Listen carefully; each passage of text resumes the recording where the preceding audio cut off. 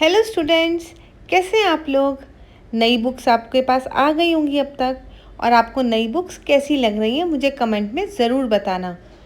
तो आज हम करने वाले हैं आपका न्यू सिलेबस साइंस सब्जेक्ट का, और ग्रेड 7 के लिए है ये।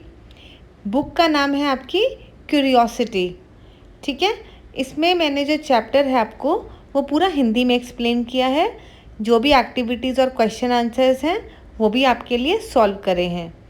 तो हमारा फर्स्ट चैप्टर है साइंस में, the ever evolving world of science. इसके अंदर बेसिकली आपको यही बताएंगे कि साइंस एक्चुअली में क्या है, आपको इसे पढ़कर क्या फ़ायदा होने वाला है, और इसमें क्या क्या नए नए एक्सपेरिमेंट्स दिन ब दिन होते रहते हैं। ठीक है, तो आज हम करने वाले हैं chapter 1 class 7 science, and this is new syllabus. We hope you enjoyed your adventure with curiosity in grade 6. 6 में ऑलरेडी यही बुक थी क्यूरियोसिटी, तो आपको मज़ा आया होगा। And now ready to continue our journey into the wonderful world of science. This again is not just a textbook with facts. It is an invitation to question, to perform experiment and to explore as we try to understand the beautiful world we live in.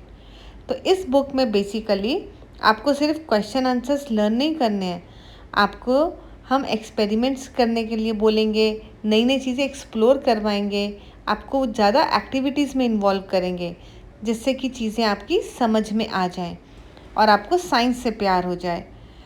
The world of science covers everything, small, large, near and far. We may be testing out the materials around us at home और discussing how water flows. तो आपने ये सब चीज़ें काफ़ी discuss करी होंगी, या आपके घर में ही जो चीज़ें हैं आपने उनसे कुछ कुछ कभी कभी एक्सपेरिमेंट्स कर कर देखे होंगे। तो कैसे वाटर फ्लो करता है underground. As you go through the chapter in this book you will start new adventures that challenge your thinking, expand your knowledge and help you become an explorer, making small discoveries for yourself. तो जैसे जैसे आप इसमें पढ़ेंगे आगे chapters, तो आपको खुद ही लगेगा कि आप एक्सप्लोर करने लगे हो, आप चीज़ों को समझने लगे हो। Before we dive into our exciting journey, take a moment to observe something special about this book. आपको कुछ स्पेशल बताना है इस बुक के बारे में। Look at the page numbers. They follow the playful flight of a butterfly and the soaring of a paper plane. Just as butterfly flutters freely and paper plane flies into the sky, learning takes flight when curiosity leads the way. वो कहना चाह रहे हैं आपको जानने की जितनी ज़्यादा इच्छा होगी ना, तो उतना ज़्यादा आप सीख पाएंगे। क्या आप जानते हैं एक पेपर प्लेन ने रियल में ही फ्लाइट बना दिया। किसी ने पेपर प्लेन को देखा और रियल में ही उसका फ्लाइट बना दिया। From early inventor studying bird wings to modern engineers designing aircraft, the dream of flying started with simple observation and experiment. वो कहना चाह रहे हैं कि सिंपल चीज़ों से ही आपको बड़े बड़े आइडियाज़ मिलते हैं। So as you turn each page, let your imagination take a flight, exploring new ideas, discovering wonders and reaching for the skies. तो जैसे जैसे आप इन चैप्टर्स को पढ़ेंगे तो आप अपनी इमेजिनेटिव पावर को इंक्रीज़ कर लेना, जिससे कि आप भी नई नई चीज़ें डिस्कवर कर सकें। ये देखो कितनी ब्यूटीफुल पिक्चर है। बच्चे जो हैं वो एरोप्लेन बना के उड़ा रहे हैं, ऊपर से बर्ड्स उड़ रही हैं, बटरफ्लाइज उड़ रही हैं, तो इन्हें भी लग रहा है हमें भी कुछ करना चाहिए, उड़ाना चाहिए। So exploration of course isn't just about discovering new facts or learning about different things in nature. Science, as we said in grade 6, is a process. So it is about way of thinking that welcome curiosity, ask question and is open to the unknown. Basically आप इसमें interest लें और questions पूछें और उसको अपनी observation power को बढ़ाओ। कोई भी छोटी से छोटी चीज़ हो रही है तो क्यों हो रही है, ऐसा अपने दिमाग में क्वेश्चन लेकर आओ। In grade 7, we will try to ask deeper questions. How do things work? Why do events happen the way they do? And what can we learn from patterns that we see in nature? तो ये इस type के questions आपसे पूछे जा सकते हैं। To do this we have to step out of the book, step out of the classroom. तो ये सब सोचने और समझने के लिए आपको अपनी बुक से बाहर, अपनी क्लासरूम से बाहर नेचर के साथ जुड़ना होगा। वहाँ आपको चीज़ें ऑब्जर्व करनी होंगी। अब आपको वर्ल्ड एक्सपीरियंस करना है अपनी एक्टिविटीज़ और एक्सपेरिमेंट्स के थ्रू। So these are experiences that we hope will not be interesting और exciting but also serve as stepping stones into deeper understanding of the environment. इससे आपको बहुत अच्छी अंडरस्टैंडिंग हो जाएगी चीज़ों के बारे में कि हम किस इन्वायरमेंट में रहते हैं और हमारा जो प्लैनेट है वो कैसी प्लेस है रहने के लिए। We believe that this will also help you to see science as an ongoing process of discovery, and not just about discovery alone but also about responsibility. As young science explorers, you will soon see how human activities are linked to what happens in the natural world and are connected to the society we live in. तो आपको ये भी पता लगेगा कि किस तरह से हमारी एक्टिविटीज़ इन्वायरमेंट के साथ जुड़ी हुई हैं। You will, we hope, also see the role that science can play in addressing environmental challenges and help in creating more sustainable world. Science का इसमें बहुत important role होने वाला है। But let's get back into the book for now. You will read about topics in different fields of science, from physics and chemistry to biology and earth sciences. तो यहाँ आपको हर type के chapters मिलेंगे जिसमें physics, chemistry, biology सब होने वाली हैं। While they might appear as different chapters, just as we had said in grade 6, they are all interconnected. सब chapters interconnected हैं, तो सब ध्यान से पढ़ना। Scientific ideas in one area often inspire discoveries in another, or at least allow us to ask questions in another area. So let's take a quick journey through our book for this year. चलो तुम्हें पूरी book की journey कराते हैं एक छोटी सी। We will start by looking at the properties of material around us, mostly the things we experience, but perhaps never ask questions about. तो अब हम जो साइंस पढ़ने वाले हैं वो बेसिकली क्वेश्चन बेस्ड होने वाली है। जो हम आसपास चीज़ें देखते हैं लेकिन हमने कभी उनके ऊपर गौर नहीं किया। जैसे आपने ऑरेंज खाया तो वो खट्टा क्यों है, कुछ फ्रूट्स खट्टे क्यों होते हैं। What happens when we wash a haldi stain on our school uniform. जब हम हल्दी स्टेन को अपनी स्कूल यूनिफॉर्म से धोते हैं तो क्या होता है। मतलब these are very simple things. सबके कपड़ों पर कभी ना कभी हल्दी गिरी होगी, सब ने ऑरेंज और या फिर ग्रेप्स ऐसे खट्टे फ्रूट्स खाए होंगे। बट क्या कभी किसी ने क्वेश्चन पूछा कि एक फ्रूट जो है ये खट्टा क्यों है। तो अब आपको ये सारे क्वेश्चंस पूछने हैं। ये देखिए, ये हल्दी स्टेन लगा है उसकी शर्ट के ऊपर, तो क्या होगा जब हम इसे धोने की कोशिश करेंगे। और ये सब फ्रूट्स हैं तो ये खट्टे क्यों हैं। We then move on and play with some electric batteries. उसके बाद हम इलेक्ट्रिसिटी का चैप्टर करेंगे जिसमें हम electric batteries, lamps and wires के साथ स्टडी करेंगे और देखेंगे किस टाइप की प्रॉपर्टीज़ हैं किस मटीरियल की वजह से लैम्प जल पाएगा हमारा। This will lead us to classify materials based on their properties and we will enter new world of metals and non metals. तो इसमें हम मेटल्स एंड नॉन मेटल्स के बारे में पढ़ेंगे कि कौन सा गुड कंडक्टर है इलेक्ट्रिसिटी का, कौन सा बैड कंडक्टर है, किसके थ्रू लाइट जल जाएगी, किसके थ्रू नहीं जलेगी। So we know from an experience that a torch battery runs out eventually and can't be used again. We will explore what kind of changes happen around us. Some changes can be reversed and other cannot be reversed. तो उसके बाद हम पढ़ेंगे कि किस type के changes हैं हमारे अराउंड जो रिवर्सिबल हैं और नॉन रिवर्सिबल हैं। तो इस टाइप से हमारे पास चैप्टर्स आने वाले हैं आगे। ना batteries run out, ice melts into water, fruits ripen, rock break into pebbles. तो ये सब चेंजेस कैसे हैं, ये जो है हमारे फिज़िकल और केमिकल चेंजेस में आते हैं। जैसे बैटरीज रन आउट तो ये केमिकल चेंज हुआ, आइस मेल्ट इनटू वाटर तो ये फिज़िकल चेंज हो गया, उसकी प्रॉपर्टी में चेंज आ रहा है। फ्रूट्स राइपन मतलब उसके अंदर कुछ केमिकल चेंज हो रहा है। रॉक्स ब्रेक इनटू पेबल्स इसका मतलब ये भी फिज़िकल चेंज हो रहा है, बाहर से हो रहा है, राइट। ना सम ऑफ दीज हैपन और happen faster when things are heated. जब हम ये आइस को हीट करते हैं तो और भी फास्ट वो वाटर बनेगा, right. We will look at how heat flows, whether it is the melting of an ice cube in a glass और melting of a glacier. Glacier मालूम है ना, बड़े बड़े आइस के बने होते हैं और वो मेल्ट हो जाते हैं। Water is of course everywhere and with the heat from the sun it evaporates from the seas and falls as rain, जिसे कहते हैं हम evaporation, and falls as rain को कहते हैं precipitation, perhaps trickling down into the ground somewhere far away। और जो कुछ पानी है वो ग्राउंड के अंदर सीप करके चला जाता है, जिसे हम अंडर वाटर या ग्राउंड वाटर भी बोलते हैं। However, it isn't just changes in materials around us that we see or the hidden changes in water that we do not see। As we are growing, our bodies are changing as well। जैसे जैसे हम grow कर रहे हैं हमारी body भी change हो रही है। Especially around the middle school years, our bodies are changing rapidly। Why?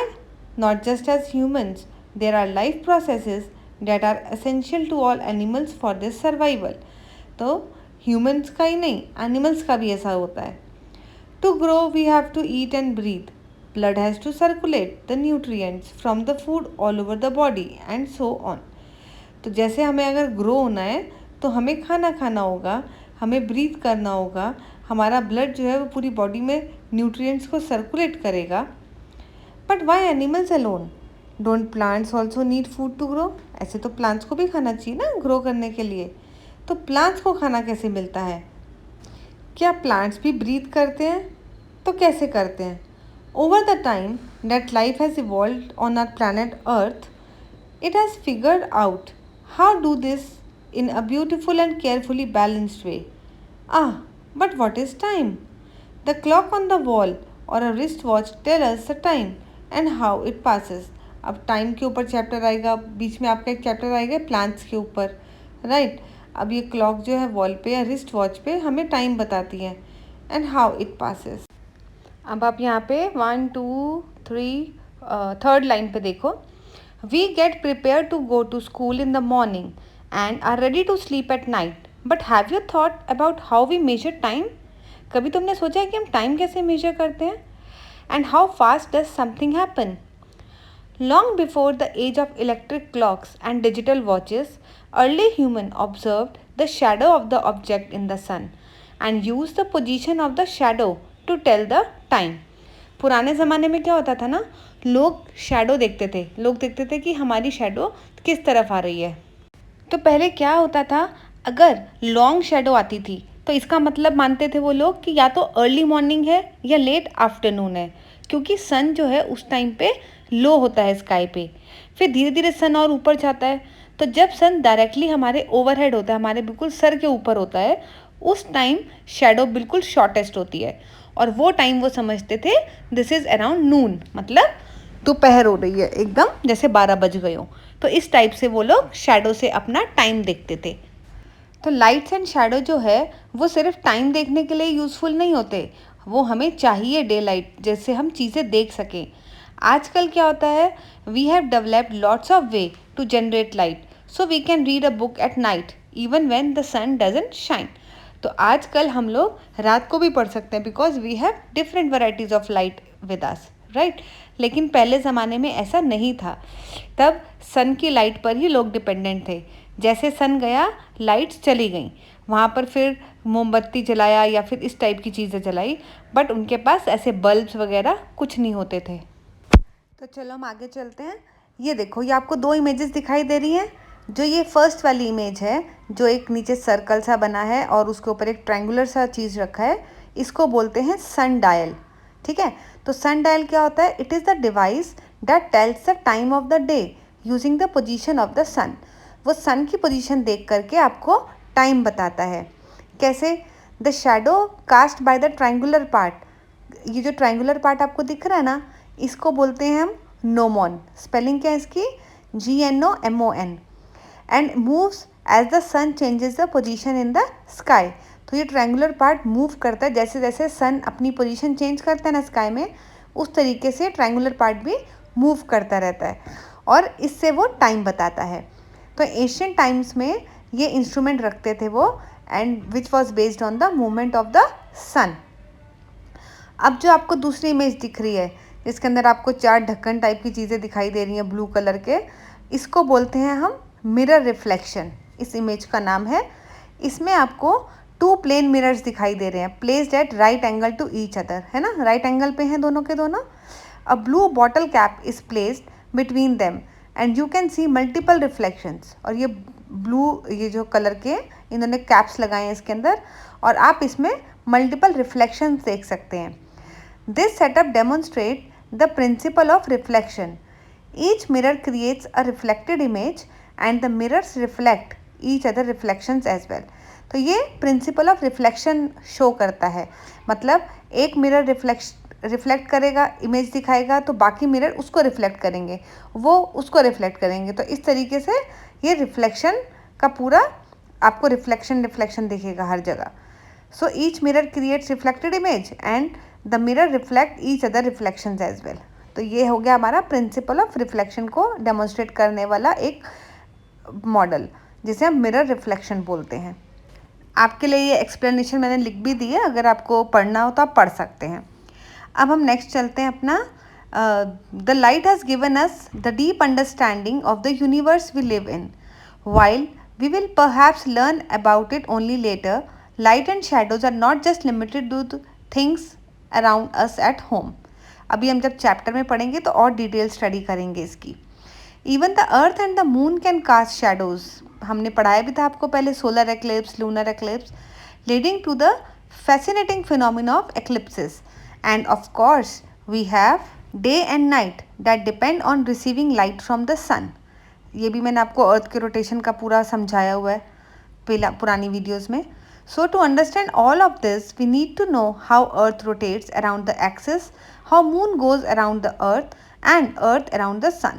तो आपको ये तो मालूम होगा ना बेसिक चीज़, जो अर्थ अपने एक्सिस पे मूव करती है उसको बोलते हैं रोटेशन। अर्थ जब सन के अराउंड मूव करती है उसको बोलते हैं रेवोल्यूशन, जिसके बेसिस पे ईयर्स चेंज होते हैं। और जो एक्सिस पे रोटेट करती है जिसे रोटेशन बोलते हैं, उसके बेसिस पे आपको डे एंड नाइट पता लगता है। जो भी पार्ट सन के सामने आता है अर्थ का, वहाँ डे हो जाता है, और जो पार्ट उसके पीछे रहता है वहाँ नाइट हो जाती है। While all of this might have your head spinning, think about it. Isn't it amazing that we humans can wonder about the wonderful world we live in? In the chapters that follow, you will also make simple observations and do fun experiments. आप different experiments करेंगे, observations करेंगे, आपको चीज़ें clear होंगी। And dive into the topics that need careful thinking. Each chapter builds on what you already know and encourages you to ask questions, explore, do hands-on experiments, and think like a scientist. And you will find out even those experiments that seem to confirm what we think will happen might lead to some additional questions that might need more experiments and more question. Basically वो चाहते हैं कि आप logically think करने लगो, आपके दिमाग में ज़्यादा क्वेश्चंस आएँ, और जिससे कि ज़्यादा डिस्कवरीज हो पाएँ। क्योंकि जब तक क्वेश्चन नहीं आएगा दिमाग में तब तक आपको सोचोगे भी नहीं कि उसका सॉल्यूशन कैसे निकालना है। चलो, तो अब यहाँ क्वेश्चन एंड आंसर है। इसमें क्या कह रहे हैं वो, इन स्कूल और during test you are usually given questions and expected to find the answers. आपको हमेशा क्वेश्चन एंड आंसर्स मिलते, राइट? बट अभी हम कुछ अलग करेंगे। To think like a scientist, it is equally important to ask interesting questions. Great scientists don't just answer the question. अगर आपको साइंटिस्ट की तरह सोचना है तो आपको क्वेश्चंस अपने दिमाग में पूछने पड़ेंगे, राइट? खाली आपको आंसर रट कर लर्न कर कर नहीं बोलने हैं। They ask amazing ones. Remember last year we had said to be a wise person you must be a wise person. मतलब एक दिमाग वाला आदमी होने के लिए आपको वाई आना चाहिए। ये क्यों होता है? क्यों होता है? Look at the answers below. Your task is to come up with a curious, creative and fun questions or situations that could lead to these answers. There are never any wrong questions. So, let your imagination run wild. अब next activity में क्या दिया है, आपको answers दिए हैं और आपको अपने माइंड में उसके लिए अलग अलग क्वेश्चन सोचने हैं। अब ऐसा नहीं मैंने आपके लिए जो क्वेश्चन प्रिपेयर किए आप वही लिख दीजिए जाके स्कूल में, ऐसा नहीं करना।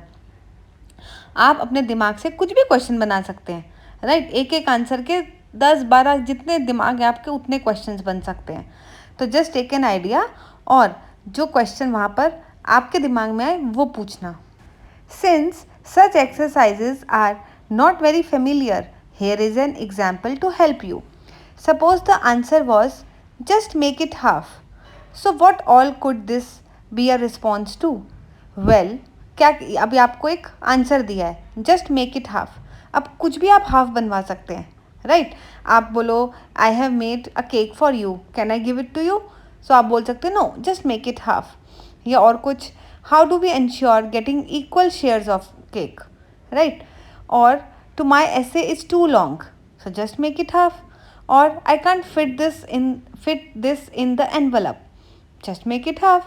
Or even I cannot dance on such a long song, just make it half, right? कितने सारे questions बन गए एक आंसर के। तो अब इस तरीके से हमको यहाँ पे कुछ आंसर्स दिए हैं। फर्स्ट आंसर हमारे पास है जस्ट ऐड सम मिल्क। अब आपको इसका क्वेश्चन सोचना है, तो आप कोई भी क्वेश्चन अपने दिमाग में सोच सकते हैं। तो मैंने जो आपके लिए किया, please don't copy it, okay? So what should I do to make the cereal taste better? या आप क्वेश्चन बना सकते हैं, what should I do to make this tea look better? Second answer है आपके पास, because the cat's teeth were crooked. Crooked means टेढ़े मेढ़े। So why did the cat needs braces? हाँ, कैट को ब्रेसेस क्यों चाहिए? ब्रेसेस जानते हैं ना, दांतों पे लगाते हैं सीधे करने के लिए उनको। तो ये टाइप का क्वेश्चन आ गया। या आप और कोई क्वेश्चन बना सकते हो, why the cat is looking so ugly while laughing? Because the cat's teeth were crooked. मतलब कोई भी क्वेश्चन बना सकते हैं, जस्ट इमेजिन इट। थर्ड आपके पास है, don't panic, I have my towel. Question क्या है इसका, what do you do in an intergalactic emergency? क्या करेंगे आप? तो इंटरगैलेक्टिक का क्या मतलब हुआ? Travelling from one galaxy to another. Means अगर intergalactic means between the different space between the different galaxies. तो यहाँ इन्होंने इसको फ़नी बना दिया। वो बोल रहे हैं अगर आपको एक गैलेक्सी से दूसरे गैलेक्सी में कोई इमरजेंसी आ गई तो क्या करोगे? So you are saying don't panic, I have my towel. Towel से क्या करने वाले हो? So this is a funny question.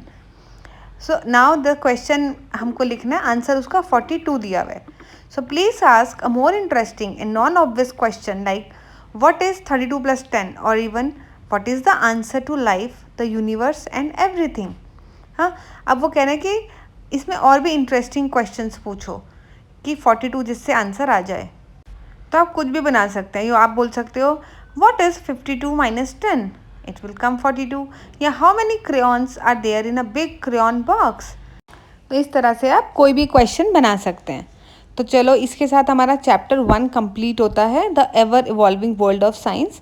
इसके बाद मैं आपके लिए क्लास 7 का चैप्टर नंबर 2 डालने वाली हूँ। ये क्लास 7 के सारा साइंस का सिलेबस हम इसमें फिनिश करेंगे। तो आप सब्सक्राइब ज़रूर कर लेना, जिससे आपको साइंस के सारे वीडियोज़ मिल जाएँ क्लास 7 के। एक बार साइंस फिनिश होगी फिर हम दूसरा सब्जेक्ट भी उठा लेंगे साथ के साथ। आप जो सब्जेक्ट बोलोगे मुझे कमेंट में वो। तब तक के लिए take care, stay aware and keep studying. Bye bye.